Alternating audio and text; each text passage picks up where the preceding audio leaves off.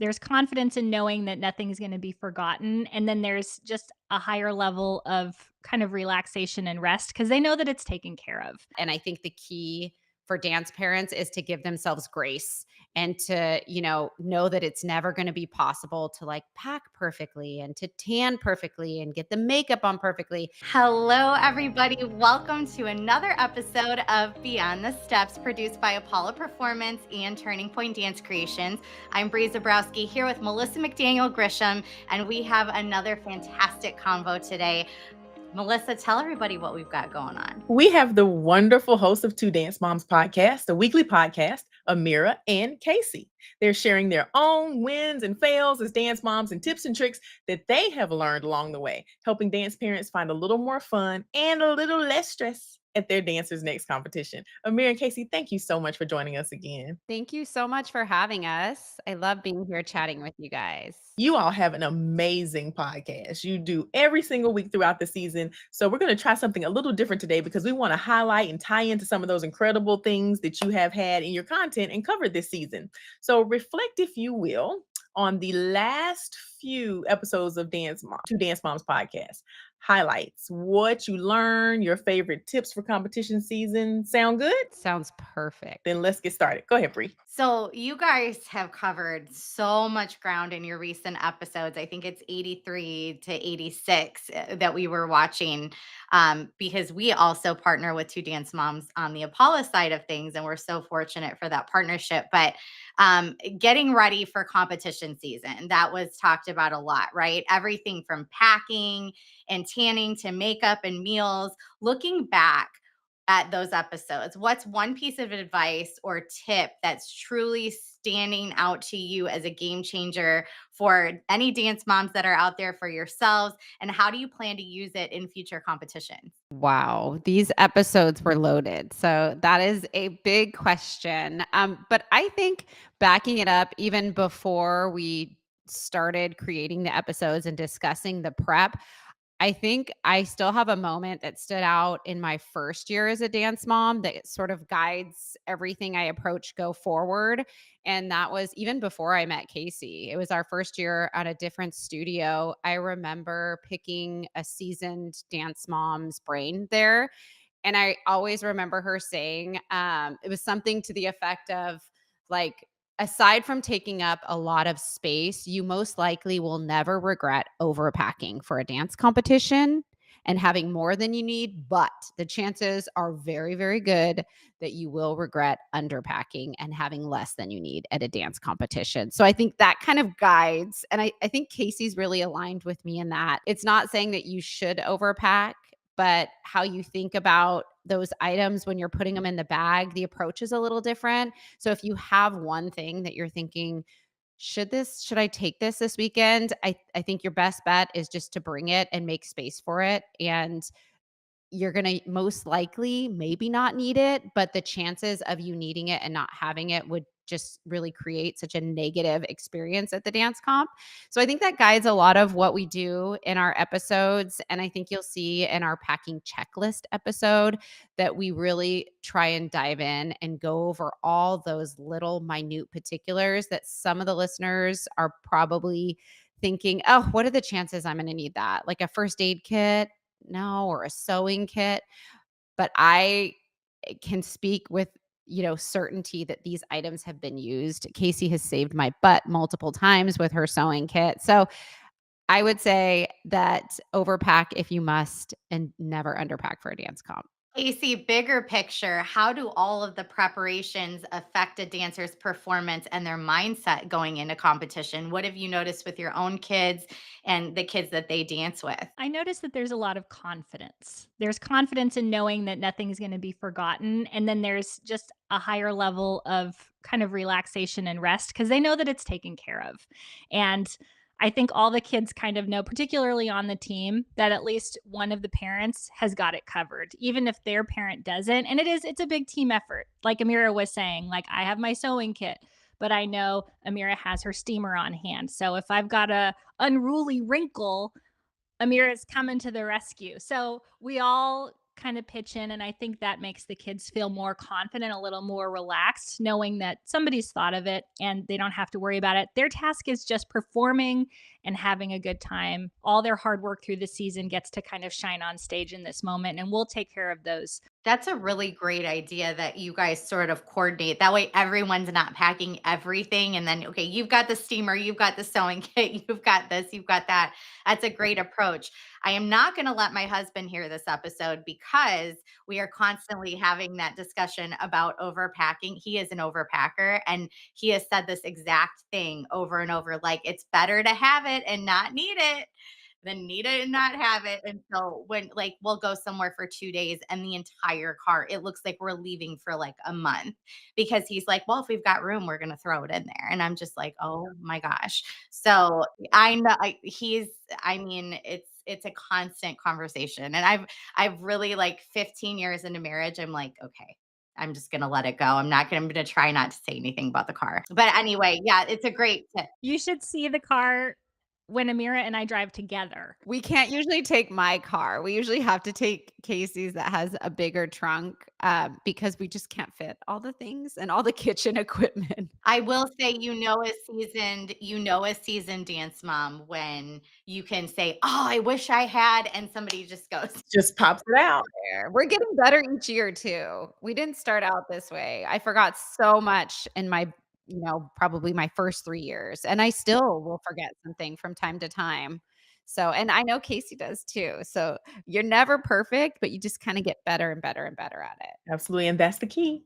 When you know better, you do better. Isn't that that's our tagline. I like that. When you know better, you do better. Love it. In episodes 83 through 85, I have such a funny story about this. You dove into the world of DIY spray tans and other at-home tanning methods. So I maybe my third, fourth, maybe year as a competition director, one of the kids was like, Miss Melissa, where do you get your spray tan? I was like, so I don't really get a spray tan. Um, but a lot of people do just because of the look that you have on stage. So, what surprised you most in these episodes about safe and effective tanning for dancers? And what words of wisdom would you offer to parents who are a little nervous about trying some at-home tanning techniques? Well, I definitely think what surprised me most was how valuable the prep work is ahead of time.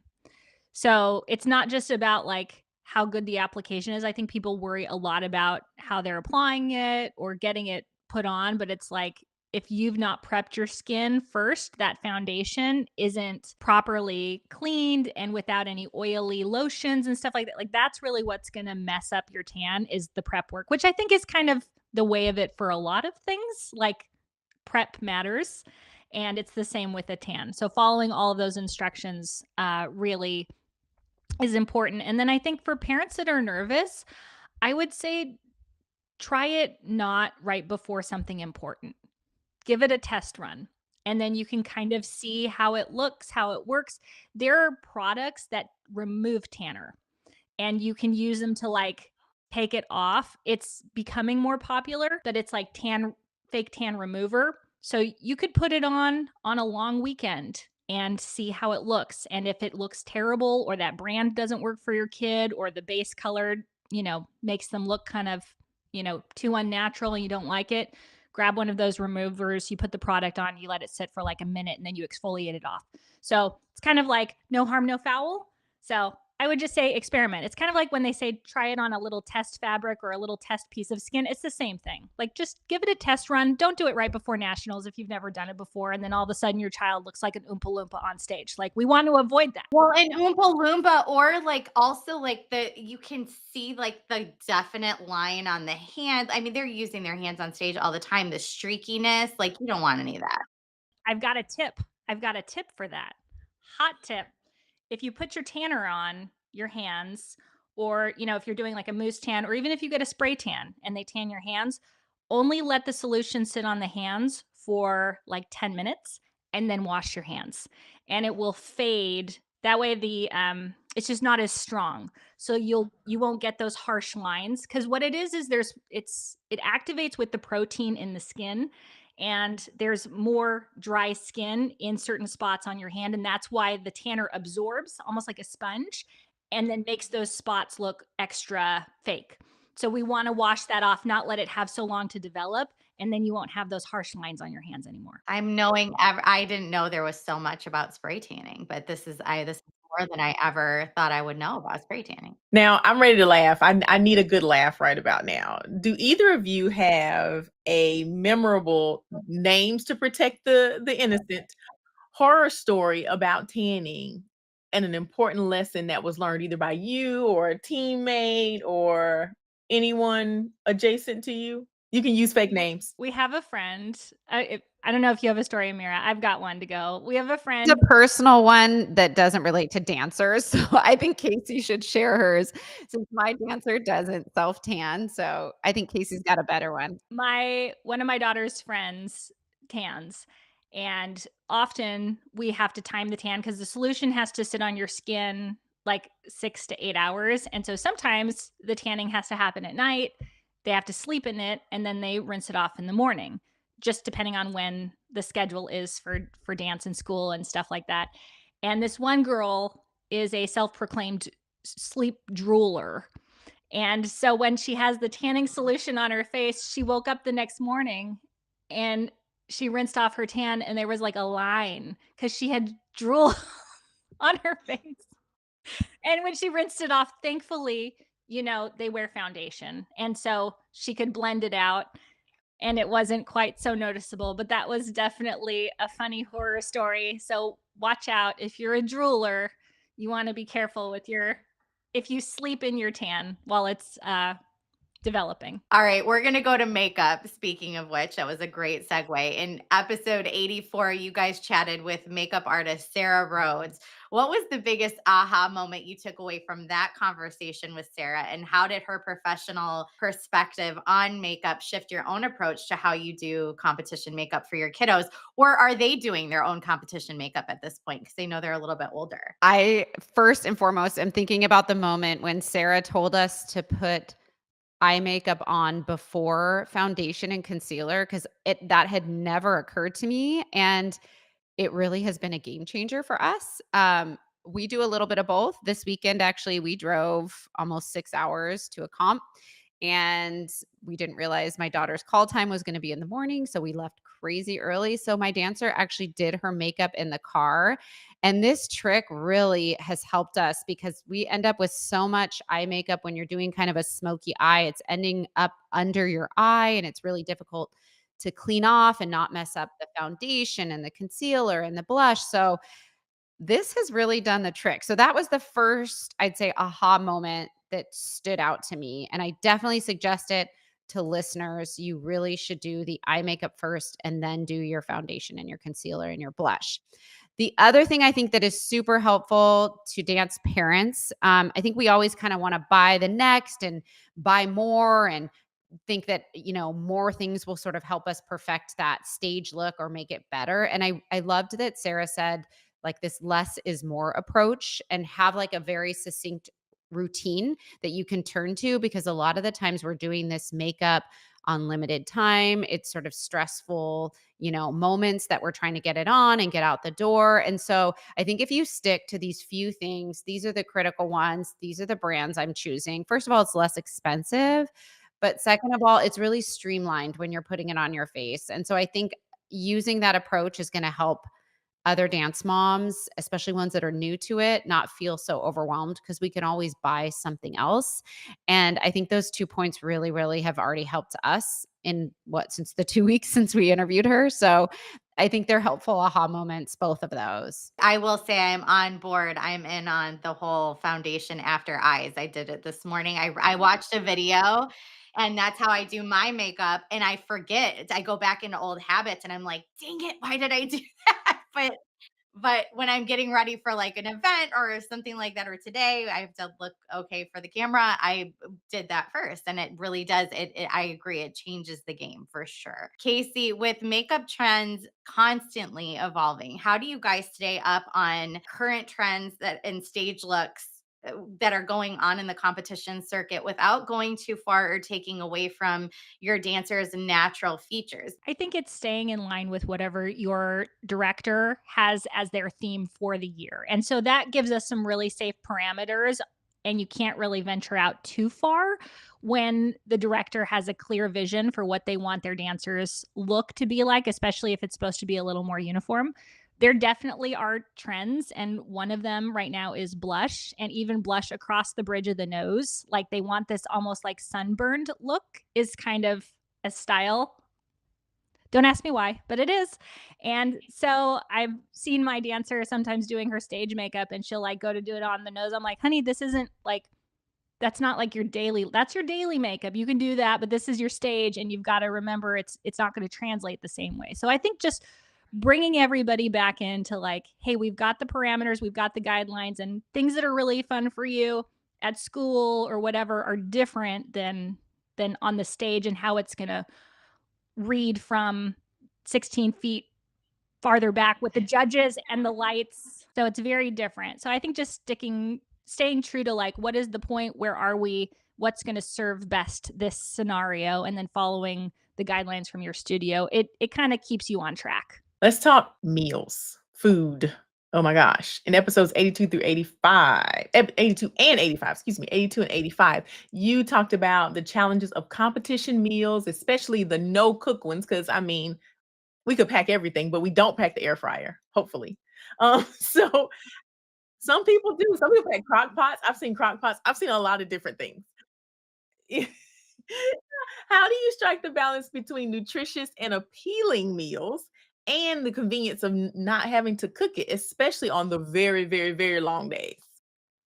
I love to talk to my dancer like in the week leading ahead. I think Amira and I both love planning and prepping, and it's kind of fun conversations on the way to school, like, okay, what do you want to eat this weekend? And I'll go shopping, and we make kind of special accommodations for the food that we're going to have. And in that prep work, it even gets us kind of ready for what's to come, and then we don't feel so overwhelmed by the whole scenario because it's in the forefront of my mind, and then I'm making sure that I've done all my proper shopping.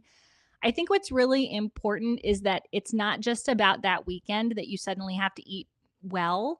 It's the days leading up, because the day of is going to be very difficult. So I really try to lean into the days ahead of time when things are a little more low key and the nerves aren't quite so high. Are we getting enough water on Tuesday, Wednesday, Thursday before we leave Friday? Are we eating well on those days? And that way we don't have to cram all of our wonderful nutrition onto the days that we're at comp. We already have a steady base level of nutrition to kind of bounce from. And for me, because I have a picky eater, I honestly, on comp days, I'm more concerned about just getting any food in her at all. So I kind of, and this might not be for everybody, but I kind of am just more concerned that she eats it all and that there's calories in her body. And I worry more about the micronutrients during the week when we're at home, or on the meals when we have a break. Like if all the dances are kind of shoved into that first half of the day, and then we get like a calmer evening time, then I can be more on top of my dancer and be like, hey, we're going to make sure that you get your salad in. We're going to make sure that we get these things in, because she's not so anxious. She's not so worked up. We're at a calmer level and we can eat and enjoy our food better. But during that competition time, when the nerves are up and the appetite is probably lower, I'm just more worried about calories and carbs and making sure that she's fueled to actually make it through those events. Amira, do you have any cooler hacks to keep food fresh and organized is the big thing. Oh my God, stuff is always falling all over my cooler. Keeping food fresh and organized, or some must-have items that you always pack in that cooler. I think some big ones for helping when you're bringing your cooler of food and for meals is that you want to bring Ziploc, large Ziploc or plastic bags. They're super versatile for filling with ice. So sometimes you're going to get to the hotel and there's not going to be a mini fridge that gets cold enough. So you're going to have to like supplement that. So always bring large plastic bags that you can fill with ice, and hopefully that's something that seals so it's not getting everything soggy and wet. So that's going to be a big number one. I think number two is always pre-chill your cooler. For me, we have the big Yeti one, and I stick it in our garage fridge, and that brings the temperature, the starting point down before you're even sort of adding stuff into it, and trying to keep it cold is harder, especially if it's, summer months, it's in your car in direct sunlight, it can be really difficult. So pre-chill your cooler. I'd say another tip, one of my really close friends, she always camps in Yosemite for weeks, and she had this hack, and I've been doing it. I think it's really helpful. She takes large water bottles and she freezes them beforehand, and she uses those in the cooler.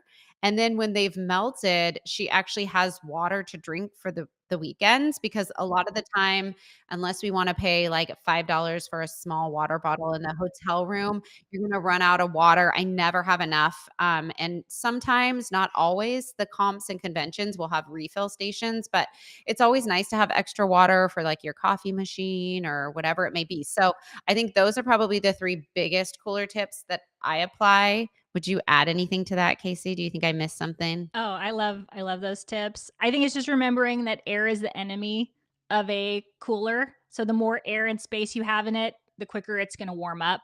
But I think you hit the nail on the head with those. I love those tips. One of the things that I've done is I got a refrigerated cooler, like a that you plug into the car. Everything I basically do the same thing you do. Put all the ice and stuff in there, do that, and then on the drive, it's got you plug it into the cigarette lighter or what used to be a cigarette lighter. I'm sure they don't do, but you plug it into there, and it has like a refrigerator in it, and it keeps it cool. So thinking about 83 and 86, episodes 83, 86, they involved some pretty serious time management skills. And to be fair, we always say if you want to get something done, have a dance mom do it because dance moms are some of the most resourceful people in the world.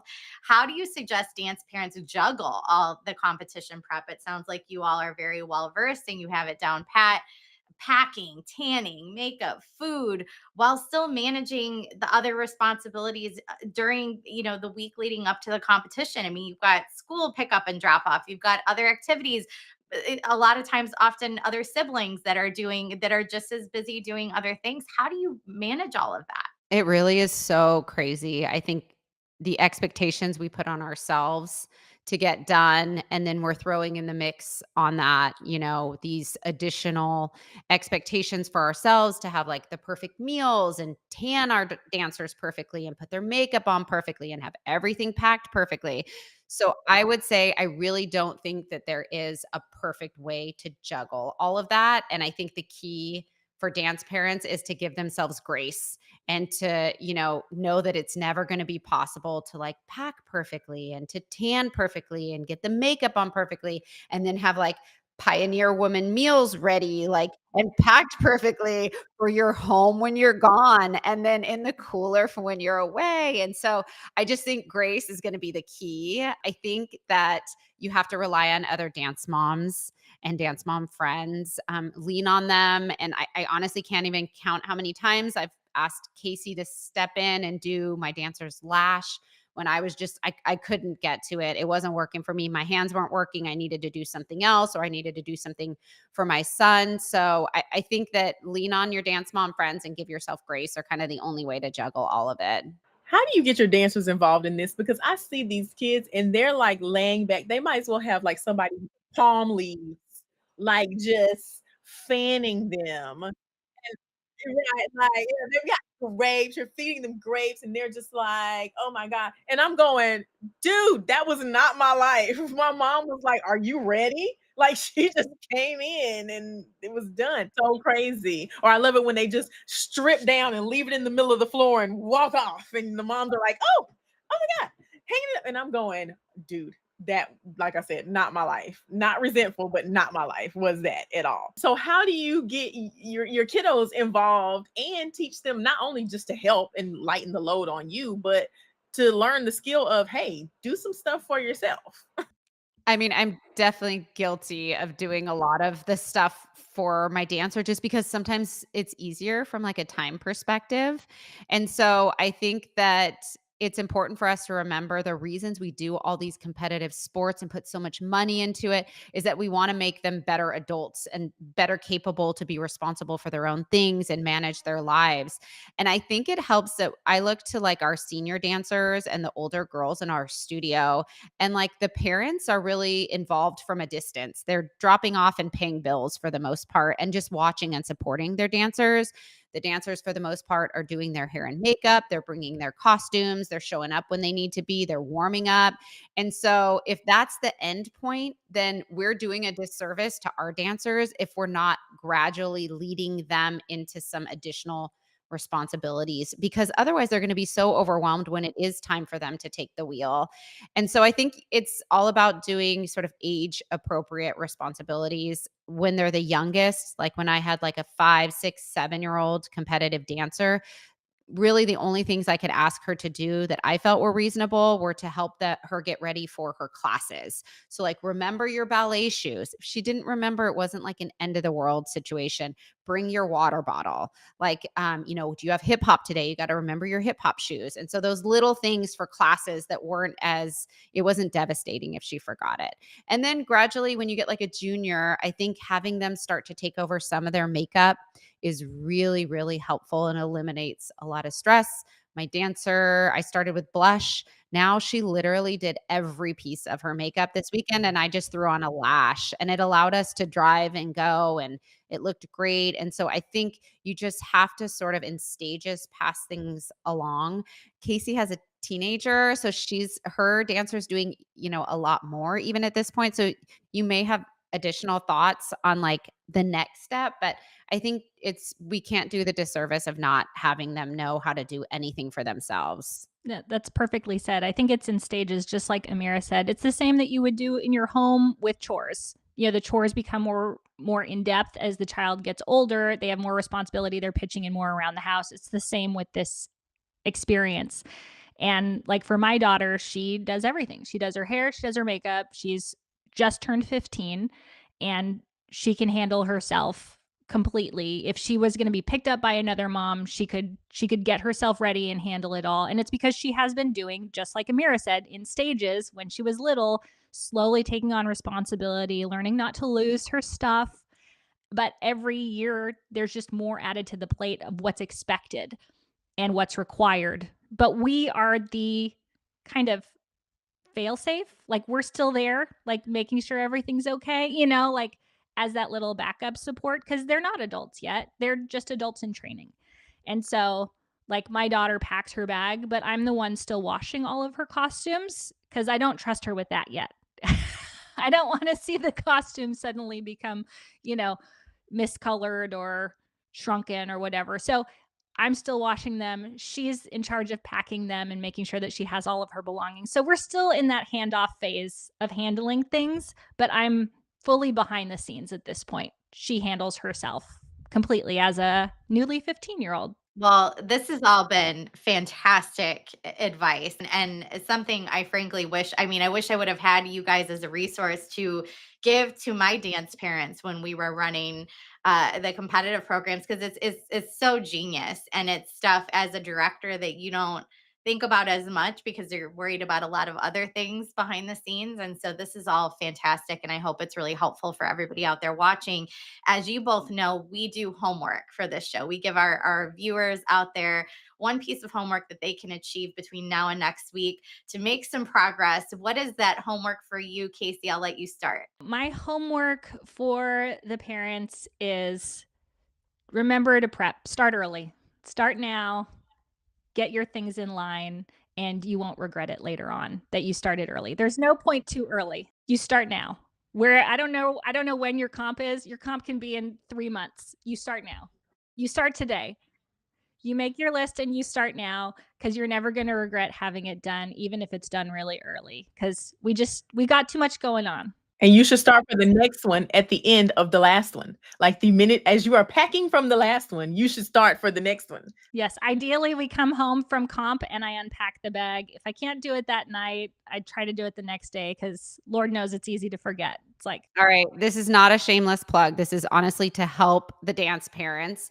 We don't do a ton on Instagram, but we do have a lot of helpful tools in our link tree. And our Instagram is at twodancemoms podcast. You have to put the podcast in.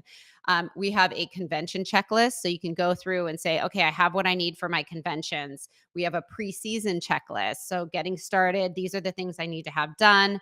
A makeup dupes list with links to literally just click on and shop, hair product list with links, just a lot of useful things that I think will sort of streamline some of the overwhelmingness that you feel when you're trying to prepare for dance comps. So go over to our link tree at Two Dance Moms Podcast. I don't think that's a shameless plug at all. I think it's brilliant and wonderful, and it's a helpful tool. So that's awesome. Go check that out.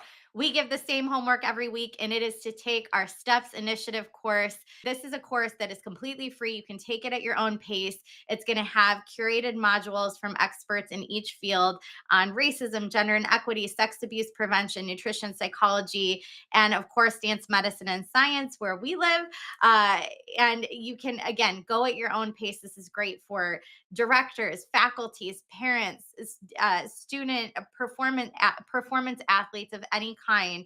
This is really going to help lay a foundation with evidence-based research and resources so that you can investigate and explore more on your own into all of these different topics, and hopefully lay a foundation for you, because as Melissa said earlier, when you know better, you do better. I want to give you guys the opportunity. We already shared the Instagram page for everybody to go visit and catch up on Two Dance Moms podcast. But how else can people get in touch with you? What do you guys have coming up that you want to share? Tell us all the things. You can catch all of our podcasts. And if you are new to us, get caught up and on Apple iTunes or on Spotify, pretty much wherever you find your podcasts, but those tend to be the most popular. So find us there, listen, you get all the tips. As Amira said, we have the Instagram account, which we do try to be a little more active on. And then you can also email us, twodancemoms@gmail.com. We love doing listener episodes. So if somebody has a topic they want to suggest or a question they want to ask, we love getting those emails and just hearing what's going on in our dance parent community and being able to kind of respond directly to some of those requests. So those are some of the fun things we have. Lots coming up because competition season is just getting underway. And our episode dropped one of the episodes that's dropped this month is all about bringing your family to competitions. And I feel like it's kind of a undiscussed topic because it's way different than bringing your family to a soccer tournament where they come and watch for, 60 minutes, 90 minutes, and then y'all go out to lunch and have a good day and you're done. So we like to discuss it because it's, family is important, and the family often is like, what are you spending all this time on? What are you doing? And it's a different thing to bring them to a competition than it is to a recital. So that's one of the fun topics we've discussed this month that I think is really cool. Awesome. Can't wait to watch. Thank you both so much. Yes, thank you, thank you, thank you. That sounds like an amazing one, especially what to do with your littles, like your little brothers and your little cousins when they're there for all those hours. Anyway, I'm Melissa McDaniel Grisham. I'm here with Reed Zabrowski and our wonderful guests, and we thank you so much to all of our friends and viewers. Amira and Cayse, thank you for another fantastic conversation. Thank you so much for having us on. We appreciate you both, and I always have fun chatting with you. They are regulars on Beyond the Steps. You can go back and look at all of their past episodes and all of our past episodes on YouTube and Facebook at Apollo Performance and at TP Dance Creations. So be sure to subscribe and like, comment, and share. We will be back next week with another fantastic episode. Until then, we hope you continue your journey beyond the steps.